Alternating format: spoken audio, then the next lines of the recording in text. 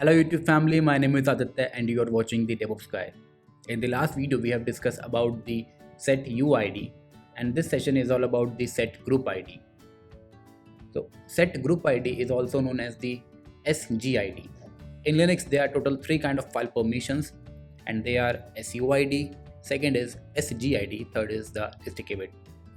So SGID and SUID are kind of the same with the one difference that the set group ID is only applicable on the group level. Rest everything is the same. File executed by non-owner with the exact same privileges as that of the group member. And set group ID can also be set on the group shared directories. Means if you apply this on the directory level, every file or the subdirectory under the main directory will get the same owning group. This theory will make more sense when we do the lab, but first understand the syntax of the command. So in order to assign the SGID, the command is chmod g plus s, where g is for group and s for the special permission followed by a file name. Same can be achieved with the octal representation chmod plus 2000 and the file name. We know about the symbolic and octal format. In order to revoke, we use minus symbol chmod g minus s and the file name. There can be small s or the capital S. Difference between small s and capital S is if the permission is having small s, it means GUID plus execute permission on the file or directory, while on the other hand if it's the capital S, it means file or directory has only GUID permission on it. Now that's all about the theory part. Time to do the lab. For this lab, I need two user account. So here my first user Aditya and second user Jack. In order to perform this lab, I need to create a directory here first. So let me create a directory under the temp. Okay. So the command is first go and set the temp, and here mkdir. I am giving the directory name as dir1. It's created, and let's give the full permission to the directory. Let's check lsild and directory. See, it is having full permission, read, write, execute, and the user and the group owner both are Aditya for directory 1. Now let me create a file inside directory 1 by the user Jack.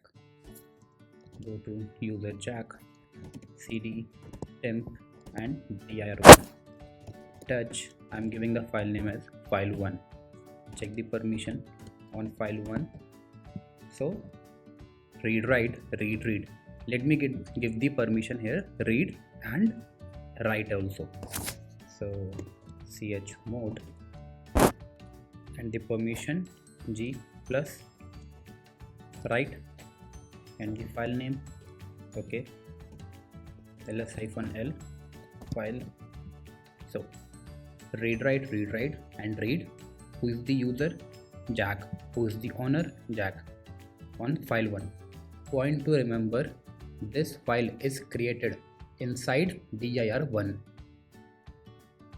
and group owner of dir1 is Aditya. Group owner is Aditya of dir1.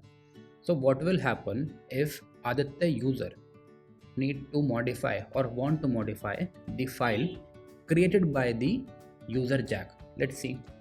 So vim and file name. It's already showing me read only. I have no write. I can only read. Even though I am the owner of the directory, still I have no write. Why? Because the group owner of the file is Jack. Means any random user can create file in my directory and I have no control on that. Here SGID is required. Let's assign the SGID to the directory 1. So the command is first go to the temp, okay, and chmod plus 2000 my file, my directory temp and dir1. ls-ld in directory 1. See this thing, read, write and s. Earlier it was read, write and execute. Now SGID is enabled. Now again let's create one file by the user Jack inside directory 1. So touch file2 and assign the right permission for the group. So chmod g plus w to the file2. Now do ls-l file2. Notice this thing, Jack is the owner and Aditya is the group owner. While previously on file 1 Jack was the owner and Jack was the group owner. In this case Aditya is the group owner. Why? Because on the directory dir1 this is enabled, GUID is enabled here. And now if I want to modify, let's see whether the user is able to modify or not. So first go into the directory and vim file2, insert, let's say hello wq cat file2. I am able. Earlier it was giving me that read only permission, but now I am able to log in into the file and able to modify it as well. So this was the use of SGID. It gives the group owner control on the files. I hope SGID is clear to you all now. In the next video I will discuss about the last kind of special permission, that is executable. Meanwhile, do practice, ask question in the comment sections, and also if you are happy with the content, do like and subscribe the channel. Thank you. Bye.